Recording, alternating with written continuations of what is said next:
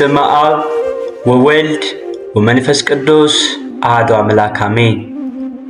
በክርስቶስ ክርስቲያን፣ በወልድ ወልደ እግዚአብሔር፣ በመንፈስ ቅዱስ መንፈሳውያን የተሰኛችሁ የኃያሉ የልዑል እግዚአብሔር ቤተሰቦች የእናታችን የቅድስት ድንግል ማርያም የአስራት የበኩራት ልጆች እንኳን አቡነ ኪሮስ በሀገር ውስጥም በሀገር ውጭም ያላችሁ ኦርቶዶክሳውያን እንኳን አደረሳችሁ።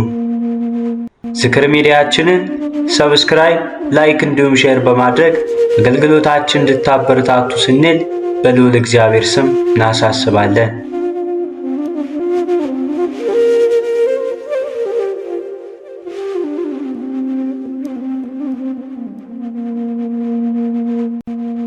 አገሮሮ ከአባቱ ንጉሥ አብያ ከእናቱ እንሳራ ተወለደ። ደጋግና ቅዱሳን ወላጆቹም እግዚአብሔርን በመፍራት እየኖሩባት በነበረበት ወቅት ይህን የተመረጠ አባት ሰጣቸው። አባ ኪሮስ የተወለደው በታኅሳስ 8 ቀን ነበር። ጻድቁ አባት በቅድስና ሕይወትና ትጋት ማዕረግ አባ ኪሮስ ከመባሉ በፊት ኢላሶር ተብሎ ይጠራ እንደነበር ታሪኩ ይገልጻል። ቅዱሱ ከታላቅ ወንድሙ ቴዎድሮስ ጋር በሚኖርበት ጊዜ አባቱ ስለሞተ ሀብቱን ከወንድሙ ጋር በመካፈል ለድሆች መጸወተ። መንፈስ ቅዱስ ኪሮስ ብሎ ጠራውና ለብዙዎቹ አባት ትሆናለህ፣ በቃለ እንክርዳድ ይነቀላል። የአንድ ቀን መንገድ ሂድና ገዳማዊ መንኩስ ታገኛለህ፣ ከእርሱም ልብሰ መንኩስና ትለብሳለህ አለው። ለታዘዘው በሄደ ጊዜ ከአንዲት በአቴ ራስ ፀጉሩ እስከ እግር ጥፍሩ የሚደርስ ግርማው የሚያስፈራ ገዳማዊ ወጥቶ ኪሮስ መነኩሴ ለመሆን ወደዚህ መጣን አለው። ኪሮስም ግርማውን እያደነቀ ቀርቦ ተባረከና 3 ቀን ከቆየ በኋላ ኪሮስ ሆይ እንደኔ መሆን ትፈልጋለህን? አለው። እርሱም አዎ በጣም እፈልጋለሁ ባለው ጊዜ አባ በብኑዳ ትንሽ ደመናን ጠርቶ በዚያ ላይ በመሆን ከአስቄጥስ ገዳም በመሄድ የምንኩስና ልብስ ተቀብሎ በዚያች ደመና ኪሮስ ካለበት ቦታ ተመለሰ። ያመጣውን አልባሰ ምንኩስና ለኪሮስ አለበሰው። አባቱና ሁልጊዜ በሰርክ ሰማያዊ ህብስትና ጽዋውን ቅዱስ ሚካኤል ያመጣለን ነበር። አባ ኪሮስ በዚያ ለአባ በብኑዳ እየታዘዘ ሲኖር አንድ ገዳማዊ ሰው ወደ አባ ብኑዳ መጥቶ ሳለ ምንም ነገር እንደሌለው አይቶ ምን ትበላለህ ቢለው መልአካችን ይሰጠናል አለው። ያ እንግዳ መነኩሴም በልቡ እንደኛ ሰው አይደለምን እያለ ሲያስብ አባ በብኑዳ በመንፈስ ቅዱስ አውቆ ለምን እንዲህ ታስባለህ? እኔም እንደናንተ በደለኛ ኃጥእ የሆንኩ መነኩሴ ነኝ አለው። ይህን እየተነጋገሩ ሳለ የሰርክ ጸሎት ደርሰው በህብስት ሲጸልዩ ፈጽሞ ደስ የሚል መዓዛ መጣ። ወዲያውም የተዘጋጀ ህብስትና ጽዋ ወይን ይዞ ቅዱስ ሚካኤል ሲመጣ አየውና ተቀበለው። የእንግዳ መነኩሴ ግን አላየውም። አሁንም አስቀድሞ ያልነበረ ይህን ጽዋና ህብስት ከየት አገኘው? ይህ ባህታዊ መሰሪ ነው እያለ አሰበ። አባ በብኑዳ ለምን እንዲህ ክፉ ታስባለህ? አለው። መነኩሴውም አድንቆ ተቀምጦ መመገብ ጀመሩ። የእንግዳ መነኩሴ ግን ከዚያ ህብስተ ሰማይ ቆርሶ በልብሱ ደብቆ ወደ አስቄጥስ ገዳም ሄደ። በዚያ ያሉ መነኮሳትንም ሰብስቦ ያን በረድ የሚመስል ህብስተ ሰማይ ያሳያቸው። የታገኘው ቢሉት በዮርዳኖስ ገዳም ውስጥ በብኑዳ የሚባል መሰሪ ሰው አለ፣ ኑ ተከተሉኝና ታመጡ ዘንድ ወደዚያ ልውሰዳችሁ አለው።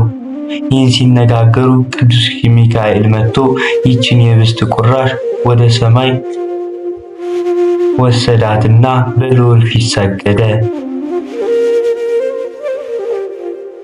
እግዚአብሔርም መልካም አገልጋይ ሆይ የተቀደሰውን ለውሻ የሰጠ በብኑዳ ክፉ አደረገ። ስለዚህም በአንበሳ ተሰብሮ እንዲሞት አደረው። ይህም በረከት ይከለክላል። ይህንንም ህብስት በበረሃ ላለ ፊልሞና ለሚባል መነኩሴ እስከ ዕለተ ሞቱ ሲሳይ እንዲሆነው ስጠው አለው። ቅዱስ ሚካኤልም እንደታዘዘው አደረገ። የአስቄጥስ ገዳም ቅዱሳንም ያን መነኩሴ እኛን ማን መምህርና ፈራጅ አድርጎ ሾመን አሉት። በዚያን ጊዜ አዘንና ወደ ማደሪያው ሄዶ ታንቆ ሞተ። አባ በብኑዳም ይመጣለት የነበረው መና ተከለከለ። 3 ቀን ምንም ሳይቀምስ ከቆየ በኋላ ያለቀሰ አባ ኪሮስን ልጅ ሆይ ሰይጣን ወደ ማደሪያችን ገብቷል፣ ያገኘን ይህን ነገር ምንድነው? አለው። ባኪሮስም ያ መነኩሴ መጥቶ ከሄደ በኋላ እግዚአብሔር ተቆጥቷል አለው። አባ በብኑዳ የእግዚአብሔር ፈቃድ ይሁን አለ።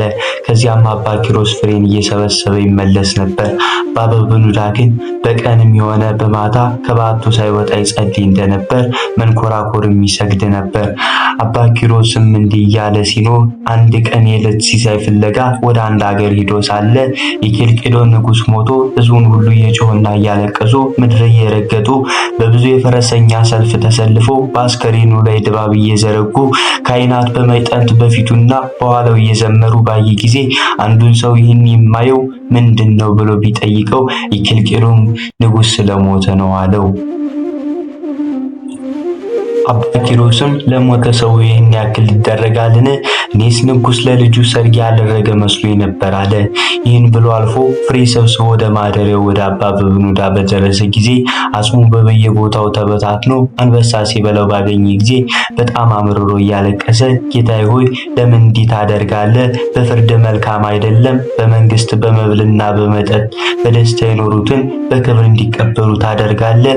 ስለ አንተ ሲሉ አባትና እናትን ሚስትንና ልጆችን ደስታን ሁሉ ትተው በተራራና በዋሻ በጾምና በጸሎት የኖሩትን ደጋግሞ ስጋቸውን ለዱር አራዊት ትሰጣለህ። የአንተ ፍርድ ነገር ላልሰማ እንዳልነሳ ሕያው ስምን ብሎ መሬት ላይ ተኛ። 40 ዓመት ሲሆነው ግማሽ ስጋው አለቀ። ጌታችን ኢየሱስ ክርስቶስ በመልአክ አምሳል ተገልጾ ተጋዳይ የሆንክ አርበኛ ኪሮስ ሆይ ሰላም ላንተ ይሁን ተነሳ አለው። ኪሮስም አንተ ማነህ? መልአከ እግዚአብሔር ከሆንክ በስመ አብ ወወልድ ወመንፈስ ቅዱስ አሐዱ አምላክ በል አለው። ጌታችንም በስመ አብ ወወልድ ወመንፈስ ቅዱስ አምላክ አለ። ኪሮስ በመነሳት ባቃተው ጊዜ ምድርን ስጋውን አትያዥ ባላት ጊዜ ፈጥኖ ተነሳ። ኪሮስም ጌታችን እንደሆነ አወቀው። መላ ሰውነቱን ዳበሰው። ሰውነቱ እንደ ሕፃን ሆነ። በምድር ላይ ሰግዶ ጌታችን እንደ መብረቅ ሲለወጥና እልፍ አእላፍ መላእክት ሲያገኟቸው አየ። ጌታችንም ኪሮስ ሆይ አንተ ሚስትን፣ ልጆችን፣ መንግስትን የተውህ የማርያም ልጅ ኢየሱስ ነኝ። ስለ ሁሉ ብዙ የብዙ ታገኛለህ። በምድር ላይ እንዳንተ ትዕግስትን የለበሰ አላገኘውም። ለዚያ እንግዳ መነኩሴ ቅድሳቴን ለምን ሰጣችሁት? ስለዚህ ነው የበብኑዳን ስጋ ለአራዊት የሰጠሁት። በዚህ ምክንያት በፊቴ እንዳይወቀስ ነው። ለሁሉ ስራ ፍዳ አለውና መልአኩ በምድር ላይ ገሰጸው ሰው ብፁዕ ነው ያለውን አልሰማምን? ኪሮስ ጌታዬ ፍርድ ቅን ነው አለ። ጌታችን ከዚህም በኋላ የነፍስን ከስጋ መለየት ታይ ዘንድ በገዳማት ሂድ፣ ከዚያም ወደ ማደሪያ ተመለስ ብሎ ተሰወረ። ባኪሮስ በጌታችን ታዞ በደብረ ባሳላት በደረሰ ጊዜ ቤተክርስቲያንን ተሳልሞ የእመቤታችን ስዕል አይቶ ከዓይኖቹን እንባ እያፈሰሰ እመቤቴ ሆይ አስቢኝ አላት።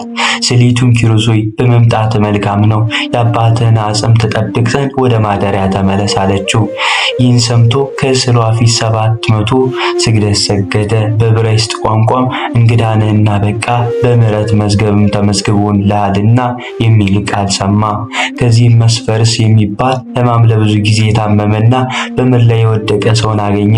በራስጌው ቅዱስ ሚካኤልን፣ በግርጌው ገብርኤልን፣ በቀኙም ሩፋኤልን፣ በግራው ሰዳክኤልን በክንፋቸው ጋርደው ታየ።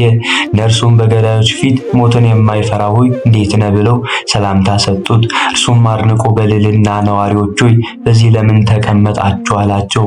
እነርሱም ይህን ድሃ እንድትጠብቀው ከእግዚአብሔር ታዘላን አሉት። እስከ መቼ ቢሏቸው አምላካችን እስከሚያሳርፈው ድረስ ብለውታል። ከዚህም በኋላ ወደ ታመመው ተመልሶ በዚህ ቦታ ከኖርህና ከታመምክ ምን ያህል ዘመን ነው ብሎ ጠየቀው። በሽተኛውም በዚህ ቦታ ስኖር 85 ነው አለው። ከታመምኩ 20 ዓመት ነው አለው። መልሶም አበምኔቱም የገዳሙ መነኮስ ይጎበኙሃል አለው። በሽተኛውም አባቴ ሆይ የዓለም ፊታቸውን ካየው 18 ዓመት ነው አለው። አባ ኪሮስም አባት ማን ነው? እናትስ ማን ናት? ብሎ ጠየቀው ጊዜ አባቴ ኬልቄዶን ንጉሥ ነው፣ እናቴም ንግሥት ናት። በአባቴ ቤት እያሉ ሰዎች ወርቁንና ብሩን ቀጭኑንም ልብስ ከብዛቱ የተነሳ በእግሮቻቸው ይረግጡታል አለው። ጥያቄውን በመቀጠል ወደዚያች ገዳም ማን አደረሰ ብሎ ጠየቀው። እርሱም እንዳንተ ያሉ 2 ሰዎች ወደ አባቴ ቤት መጥተው ከዚያ አደሩ። ኩሌሊትም ሲሆን ፊቱ ብሩህ የሆነ ሰው ወደ እኔ መጥቶ ሚሳኤል ብሎ ጠርቶ ሲነጋ ተነስተ ከነዚህ ቅዱሳን ጋር ሂድ አለኝ። እኔም ወጥቼ ወደዚህ ገዳም ደረስኩ አለው። ባኪሮስም የአባቱን የበድኑንና የእናቱን ቤተ መንግስትን እየተዉ የመነኑ ቅዱሳን እያነሳ አጽናናው። እግዚአብሔርም የሚወደውን ይገስጻልና አታድንቅ አለው። ያ በሽተኛ ሚሳኤልም እውነት ነው፣ ለእኔ ይገባኛል፣ ስለ ኃጢአት የሚን ተቀበልኩ ብሎ መልሶም ዝም አለ። ያን ጊዜ በሞት ያሰናበተው ዘንድ አባ ኪሮስ ወደ እግዚአብሔር ጸለየ። ጌታችንም በክብር መጣ። ጌታችንም አባ ኪሮስን ምን ያህል እንደምወድ የመላእክት ሰራዊት ያዩና ያውቁ ዘንድ ይችን የገነት ተክል አበባ ከእጄ ወስደ በፊቱ ላይ ጣል አለው። ኪሮስም እንዲሁ አደረገ። ያን ጊዜ በሽተኛው የሚሳኤል ነፍስ ያለ ጸር በፍጥነት ወጣች። መድኃኒታችንም ተቀብሎ ሳማት። ከእርሱ ጋርም በብርሃን ሰረገላ ውስጥ አስቀምጣት። አውጥቶም በሰማያዊ ክብር አኖራት። አባ ኪሮስም አለቀሰ። አባ ኪሮስም የገዳሙ መነኮሳት ያን በሽተኛ ቅበሩት ሲላቸው ፈቃደኞች ባለመሆን እያንጎራጎሩ ነበር። አራቱ የመላእክት አለቆች ስጋውን በከርቤና በሚያጥኑ የገዳሙ መነኮሳትን የሚሸተን ምንድን ነው? ይህ መነኮስ ስራዬን ያውቅ የሆነን ተባባሉ።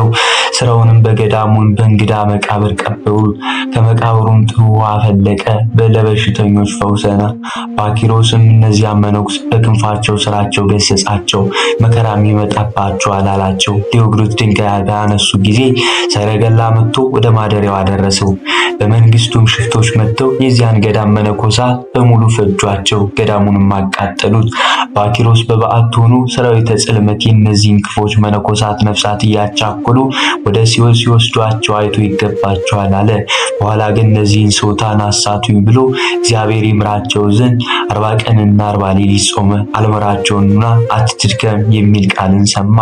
ከዚያም ከጋለ ድንጋይ ላይ ተኝቶ ስጋው በእሳት እንደተጠበሰ እስኪሆን ቆየ። ቃልም አልመራቸውምና አትድከም አለው። እንደገና በሆዱ ተኝቶ ዓይኑ ወልቆ ታወረ። ሰይጣንም ከሩቅ ሆኖ ብዙዎችን በቃል ኪዳን ያሳትክና ገንዘቤን ልትወርስ የተነሳ ኪሮስ አንተ ነህን? አሁን ዓይንን ጠፋ፣ ማን ይረዳሃል? ማንስ ይመራሃል? አለው። ይህን ሲሰማ አባ ኪሮስ ወደ ጌታችን ፍጹም እያለቀሰ ጸለየ።